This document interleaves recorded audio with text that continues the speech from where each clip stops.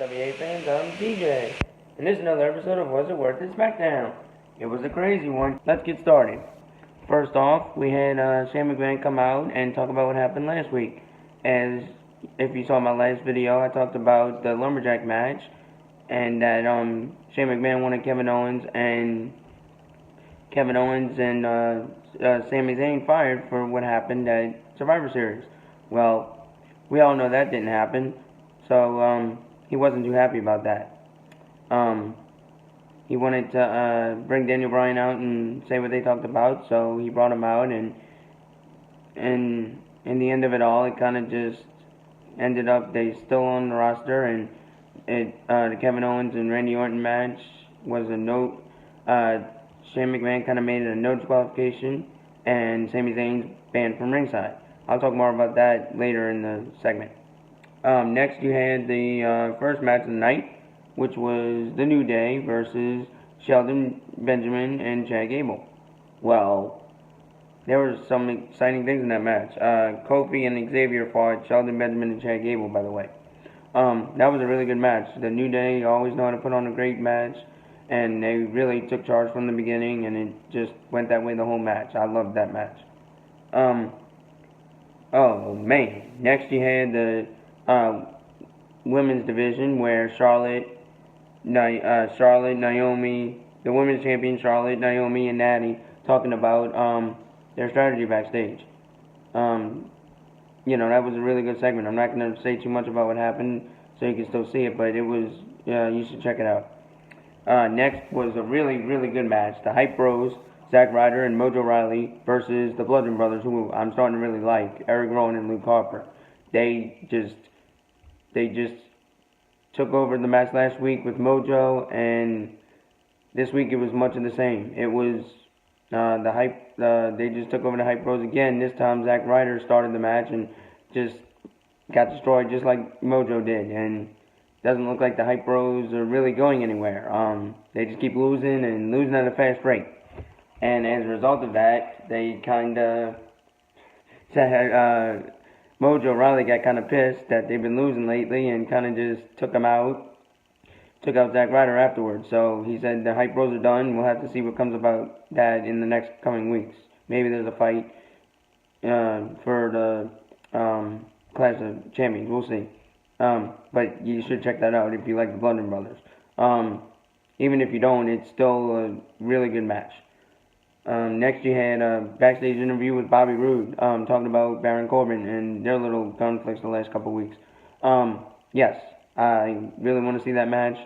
I think it would be good.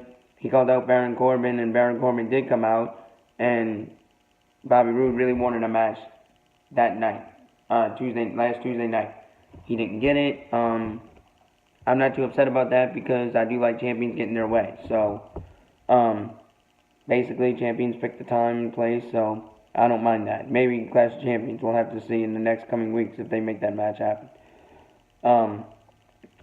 Next, you had the 2-on-1 handicap match I talked about last week. The Sink Brothers versus Styles. Started out as a 3-on-1 because, Jinder always comes out, makes stuff happen, he just took charge beforehand, Jinder. He took charge, taking out AJ Styles and thinking that would help the Singh Brothers. At first, it really did. But then, in the end, the WWE Champion Styles just took over and won the match. Really good match. Y'all should check it out. Then you had another backstage interview with Ruby, Liv, and Sarah. They said that they want to show that they're really here for good. They took out Naomi last week, as I said before. And Sasha Banks, they took out Naomi, and I forgot who the other girl was, but it was really good. So they want to show that they're here for good against Charlotte, Naomi, and Natalya. So that match is that was next after the interview they had with Ruby, Liv, and Sarah. They had the match against Natalya, Charlotte, and Naomi. It was started out as a 3-on-3 tag match, and Natty walked out right away. She didn't want anything to do with them, so she just walked out on them.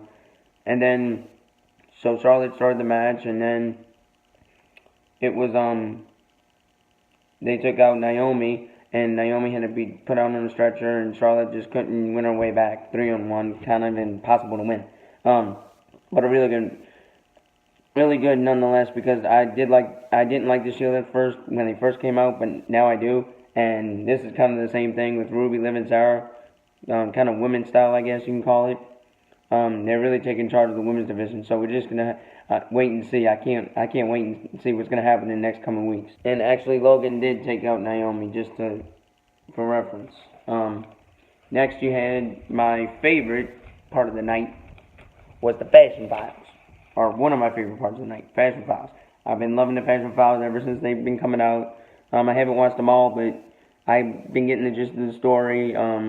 If you know the Fashion Files, the Fandango rides that horse thing, and they kind of messed that up, ripped it in the head, and they were kind of locked in the bathroom with Connor and Victor, the Fandango. So Fandango tag team with Tyler Breeze, and then somebody came on a little screen saying that if you don't get out in under a minute, nauseous gas will come. So it was a really good segment. I kind of liked it, just to see it will be interesting to see who was behind that attack, though. That's going to be really interesting to see in the next coming weeks.